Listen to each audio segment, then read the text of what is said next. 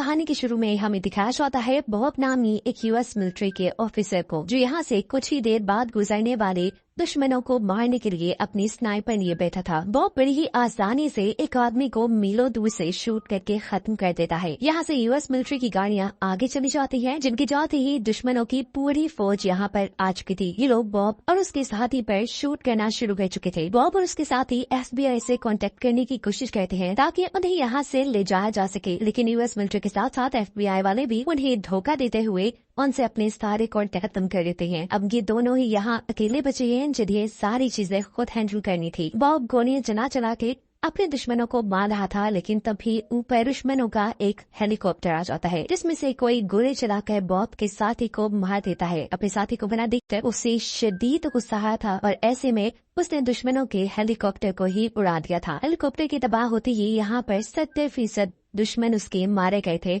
और बाकी डर कर भाग चुके थे। अपनी जान को बचते बचाते बॉब किसी तरह अपनी बाउंड्रीज में वापस आ चुका था और इस सारे वाकये के 2 हफ्ते बाद उससे खबर मिलती है कि जिस ऑफिसर ने उसे ये मिशन दिया था वो ऑफिसर मारा जा चुका है और कुछ ही दिनों बाद बॉब को भी उसकी जॉब से रिटायर कर दिया जाता है। जिसके बाद सीन कट होकर हमें 3 साल बाद का सीन दिखाया जाता है, जहाँ बॉब ने एक नई जॉब शुरू कर दी है, पर अब वो मिलिट्री से कोई ताल्लुक नहीं रखता, क्योंकि मिलिट्री और FBI वालों ने उसे दुश्मन के इलाके में अकेला छोड़कर उसे धोखा दिया था। लेकिन आज 3 साल बाद उससे यूएस मिलिट्री के कर्नल मिलने आए हैं, जो उसे बता रहे हैं कि यूएस प्राइम मिनिस्टर पर हमला होने वाला है। प्राइम मिनिस्टर कुछ दिन बाद अलग अलग शहरों में जाकर स्पीच करेंगे, पर हमारे इन्फॉर्मेशन के मुताबिक कातिल उन्हीं शहरों में से किसी एक में हो सकता है। हमें ये भी पता चला है कि हमला मीलों दूर से होगा और हमारी सिक्योरिटी इतनी दूर तक एरिया कवर नहीं कर पाएगी। हमें तुम्हारी जरूरत है, क्योंकि तुम एक बहुत अच्छे स्नाइपर हो और तुम जान जाओगे कि शूट कहाँ से होगा। तुम्हारे अलावा प्राइम मिनिस्टर की जान कोई नहीं बचा सकता। पर बॉब ने तो ठानी हुई थी कि वो अब मिलिट्री के किसी आदमी पर एतबार नहीं करेगा। जितने देर कर्नल उसके घर पर थे, मौका पाते ही बॉब ने उनकी गाड़ी के इंजन की एक तस्वीर ले ली थी ताकि वो इनके बारे में पता चल पा सके। यहाँ कर्नल दोबारा उससे कहते हैं कि इस मुल्क को सिर्फ तुम ही बचा सकते हो। अगर प्राइम मिनिस्टर मर गए तो इस मुल्क में बहुत फसाद होगा, जिसके जिम्मेदार तुम होगे। अब ये सारी बातें सुनकर बॉब मान जाता है और तीनों शहरों में जाकर प्राइम मिनिस्टर की स्पीच के स्पॉट देखता है। वो नोटिस करता है कि प्राइम मिनिस्टर को कहां कहां से मारा जा सकता है और आखिर उसे ये पता चल जाता है कि प्राइम मिनिस्टर को फिलाडेल्फिया नामी जगह पे मारा जाएगा, क्योंकि वहाँ पे शूटिंग का एक पॉइंट था। वो ये सारी रिपोर्ट कर्नल को दे देते हैं और कर्नल अब उनसे कहते हैं कि हम उस शूटर को जिंदा पकड़ना चाहते हैं। अच्छा होगा अगर तुम आगे भी हमारा साथ दो। यहाँ पर भी बॉब उनकी बात मान जाता है। आखिर स्पीच का दिन भी आ गया था। वो कर्नल से लगातार राब्ते में था। एक पॉइंट आने पर वो कर्नल को बताता है कि अब प्राइम मिनिस्टर पे गोली चलने का वक्त है, जल्दी यहाँ पर सिक्योरिटी गार्ड्स भेजो। लेकिन हैरान कुन तौर पर कर्नल ने वहाँ कोई सिक्योरिटी नहीं भेजी थी। तभी गोली चलने की आवाज आती है और दिखाया जाता है कि यहाँ पर प्राइम मिनिस्टर के बजाय इथियोपिया का एक सफीर मारा गया था। हर तरफ हलचल मच जाती है और हम देखते हैं कि दूर खड़ा एक पुलिस ऑफिसर बॉब को 2 गोलियां मार देता है, लेकिन बॉब फिर भी बच जाता है और किसी तरीके से वहाँ से बचकर भागने की कोशिश करता है। यहाँ कर्नल और उसके एजेंट्स FBI और पुलिस को बताते हैं कि बॉब असल शूटर है जो प्राइम मिनिस्टर को मारना चाह रहा था। हालांकि ये बात झूठ थी। बॉब को फंसाने के लिए वो शूटिंग पॉइंट पर बॉब के घर से लाई हुई उसकी गन भी रख देते हैं। पहले तो बॉब को भी नहीं समझ आ रहा था कि आखिर उसके साथ क्या हुआ और फिर उसे रियलाइज होता है कि कर्नल उसे फंसा गई है। प्राइम मिनिस्टर पर कोई हमला होने ही नहीं वाला था। कर्नल इथियोपिया के सफीर को मरवाना चाहते थे। उन्होंने ये काम कर भी दिया और बॉब पर उन्होंने ये सारा इल्जाम इसलिए लगाया ताकि उन पर कोई केस न बने। सारी पुलिस और मिलिट्री बॉब को ढूंढने में लग जाती है। हेलीकॉप्टर्स, गाड़ियाँ, सब कुछ बॉब के पीछे था और बॉब अपने आप को बचाने के लिए यहाँ एक FBI एजेंट की गन और कार उससे लूट कर अपनी जान बचाकर भाग जाता है। जाते जाते वो FBI एजेंट को ये बात बता कर गया था कि इथियोपिया के सफीर को मैंने नहीं मारा, इसमें कर्नल का हाथ है। अब बॉब की हालत बहुत ज्यादा खराब थी। वो अपने आप को बचाने के लिए किसी हॉस्पिटल में नहीं जाता, क्योंकि वहाँ जाके वो पकड़ा जाता। वो एक लोकल स्टोर में जाता है, वहाँ से पट्टी करने का कुछ सामान और साथ ही चीनी, नमक जैसी आम चीजें लेकर उनको इस्तेमाल करते हुए वॉशरूम में जाकर अपने आप को एनर्जी की एक ड्रिप लगाता है और फिर किसी तरह बचते बचाते हुए वो एक लड़की सैरा के घर पहुंचता है। ये उसकी पार्टनर की वाइफ थी, जो कहानी के शुरू में दिखाई जाने वाली लड़ाई में उसके साथ मारा गया था। वो सैरा से कहता है कि मुझे तुम्हारे हस्बैंड ने बताया था कि तुम एक नर्स हो, तुम मेरी मदद कर सकती हो, प्लीज मेरी मदद करो, मेरा इलाज करो।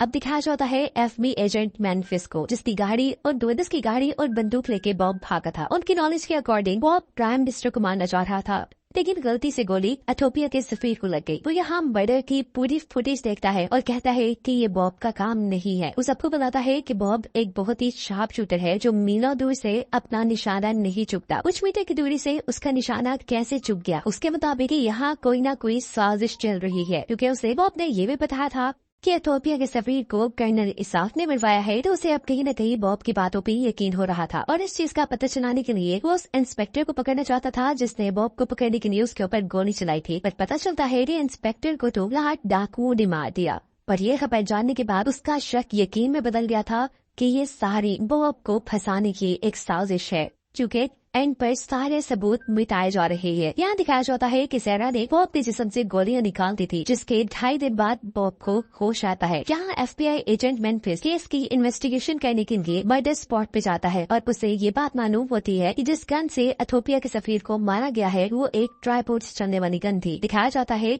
कि अब वो सैरा से मिला है, जिसने बॉब के कहने पर उसको एक होटल में बुलाया था। सारा मेम्फिस को कर्नल की गाड़ी के इंजन का नंबर देती है, जिसकी तस्वीर बॉब ने अपने घर के बाहर से ली थी। मेम्फिस जब इस गाड़ी का पता चलाने की कोशिश कर रहा था तो ये खबर कर्नल तक भी पहुंच जाती है, क्योंकि FBI के पूरे सिस्टम की एक्सेस कर्नल के पास भी थी। कर्नल को अपने फंसने का खतरा था, इसीलिए कर्नल मेम्फिस को किडनैप करवा लेते हैं। वो मेम्फिस की जान लेकर अपने खिलाफ सभी सबूत मिटाना चाहते थे, लेकिन इस चीज की खबर दूसरी तरफ बॉब को हो जाती है। बॉब ये बात जानता था कि मेम्फिस उसके हक में इन्वेस्टिगेशन कर रहा है। यही वजह है कि वो उसे बचाने के लिए यहाँ तक आ गया था। अपनी गन से सभी लोगों को शूट करते हुए वो मेम्फिस को बचा लेता है और लेके आता है एक गन्स के एक्सपर्ट के पास। वो अब यहाँ इस एक्सपर्ट से 2 सवाल करता है। एक ये कि दुनिया का सबसे अच्छा शूटर कौन है, जिस पर यह आदमी सबसे पहले बॉब का ही नाम दे रहा था। वो ये बात नहीं जानता था कि उसके सामने बॉब ही बैठा है। बॉब उससे फिर दूसरे नंबर के शूटर का नाम पूछता है और दूसरा ये सवाल पूछता है कि क्या एक गोली को 2 मरतबा चलाया जा सकता है। ये आदमी कहता है हाँ, पेपर पैचिंग के असूल को इस्तेमाल करते हुए एक गोली को 2 मरतबा 2 अलग अलग गन से शूट किया जा सकता है। बॉब ये सवाल इसलिए कर रहा था क्योंकि एथोपिया का सफीर जिस गोली से मरा था, बॉब ने वो गोली कुछ दिन पहले प्रैक्टिस करते हुए F-18 के डब्बे पे चलाई थी। इस आदमी ने जिस शॉर्प शूटर का नाम बॉब के सामने लिया था, बॉब को याद पड़ता है कि जब आखिरी मरतबा वो कर्नल को शूट की इन्फॉर्मेशन देने गया तो वो शूटर कर्नल के साथ ही था। यहाँ पर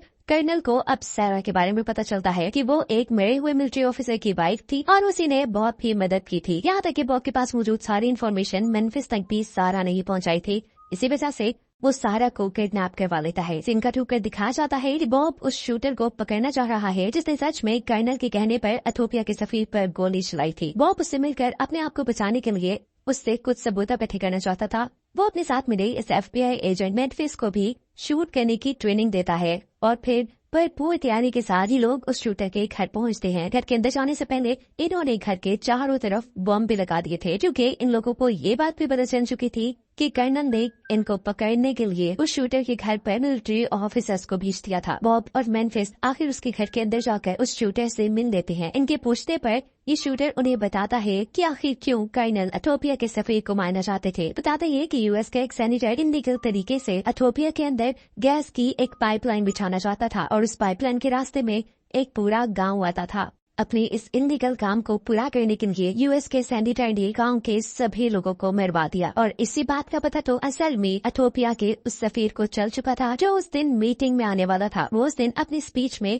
यही बात सबको बताने वाला था। इसलिए वो सेनेटर जिसने ये इनलीगल काम किया था वो कर्नल को काफी सारे पैसे देकर एथोपिया के सफीर को मरवा देता है।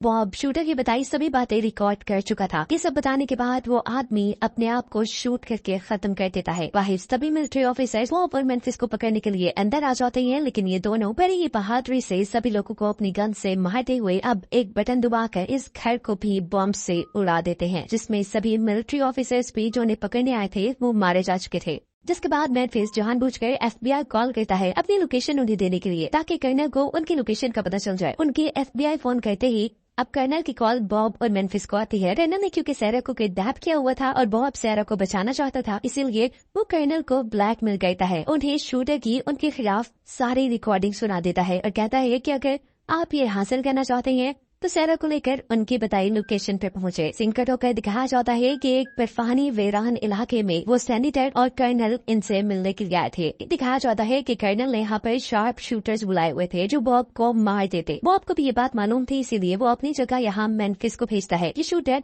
मेम्फिस के ऊपर गोली चला देते हैं और पीछे से बॉब मौका पाते ही इन तीनों शूटर्स को मार देता है जो असल में इसी को मारने के लिए आए थे। दिखाया जाता है कि मेम्फिस भी गोली रखने के बावजूद जिंदा है क्योंकि उसने अपनी पूरी बॉडी के प्रोटेक्टिव शील्ड्स रखी हुई थी। इधर जिस बंदे के हाथ में सैरा थी, जिसने उसे बंदी बनाया हुआ था, वो उसका भी गोली मारकर हाथ काट देता है। ये सब कुछ बहुत काफी दूर से कर रहा था। सीन कट होकर दिखाया जाता है कि FBI ऑफिसर्स को मेम्फिस का भेजा हुआ एक लेटर मिलता है जिसमें उनकी लोकेशन थी। FBI वाले बिना वक्त जाए के अपने हेलीकॉप्टर्स लेकर यहाँ आ जाते हैं। यहाँ बॉब के पास US के सेनेटर और कर्नल के खिलाफ सबूत थे। वो उन्हें पकड़वा सकता था लेकिन नहीं पकड़वाता, क्योंकि अगर ये सबूत दुनिया के सामने चला जाता तो US और इथियोपिया के दरमियान में जंग हो जाती और बहुत से मासूम लोगों की भी जान जाती। बॉब पर मेम्फिस अपने आप को ही FBI के हवाले कर देते हैं। इसके बाद सीन कट होकर हमें बॉब को अदालत में दिखाया जाता है। यहाँ पर कर्नल, FBI के सीनियर ऑफिसर और जज मौजूद थे। जज के सामने यहाँ बॉब की गन भी रखी जाती है। कर्नल के मुताबिक बॉब ने इस गन से प्राइम मिनिस्टर को मारना चाहा था। यहाँ दिखाया जाता है कि मेम्फिस बॉब को चुपके से उसकी स्नाइपर गन की एक गोली देता है, जिसे बिना टाइम वेस्ट किए वो जल्दी से अपनी गन में डालकर कर्नल की तरफ करके ट्रिगर दबा देता है, लेकिन गोली चलती ही नहीं। पर यहाँ पर बॉब एक्सप्लेन करता है कि हर मर्तबा वो शूट करने के बाद अपनी गन के अंदर से फायर पिन निकालकर वहाँ एक आम लोहे का रॉड डाल देता था, जिसकी वजह से उसकी गन शूट नहीं कर पाती थी। ये बंदूक तो मर्डर के स्पॉट से ही बॉब से जब्त कर ली गई थी, यानी बॉब इस बंदूक पे कोई चेंजेस नहीं कर सकता था। वो कहता है कि ये गन जैसे मैंने अपने घर पे छोड़ी थी वैसे ही ये गन उस मर्डर पॉइंट पर रखी गई और उसके बाद यहाँ लाई गई, और यही मेरी सच्चाई साबित करने के लिए काफी है कि मेरी गन से गोली नहीं चली और न ही मैंने गोली चलाई। हाँ, पर मैं ये मानता हूँ कि इथियोपिया के सफीर को जो गोली लगी है वो मेरी ही गन की है, लेकिन वो पेपर पैचिंग के असूल को इस्तेमाल करते हुए किसी और गन से चलाई गई। ये सब सुनकर FBI के सीनियर ऑफिसर, मिलिट्री के बैठे हुए लोग और जजेस को उसके ऊपर एतबार हो जाता है। इसके बाद बॉब अदालत से रिक्वेस्ट करता है कि उसको फंसाने के लिए कर्नल के खिलाफ सख्त एक्शन लिए जाए। यहाँ FBI ऑफिसर उससे कहते हैं कर्नल ने क्योंकि हमारी स्टेट में वो सारे जुर्म नहीं किए, इस वजह से मैं उसे सजा तो नहीं दे सकता, लेकिन ये जंगल का कानून भी नहीं है, ऐसे मुजरिमों को उन्हें फिरना भी नहीं चाहिए। ये कहकर वो वहाँ से चला जाता है। बॉब समझ चुका था कि उसे FBI के सीनियर ऑफिसर ने कर्नल को मारने की हिंट दी थी। सीन कट होकर अब हमें दिखाया जाता है कि वो करप्ट सेनेटर और कर्नल बड़े ही मजे से अपनी आजादी और जीत की पार्टी कर रहे थे। वो आगे यही करप्ट काम करने की प्लानिंग कर रहे थे। तभी यहाँ पर बॉब आकर इन दोनों को शूट करके मार देता है। ये सब काम करने के बाद बाहर उसे सैरा लेने आई थी और वो उसे बचाकर यहाँ से ले जा चुकी थी, और इसी सब की सारी कहानी यहाँ खत्म होती है।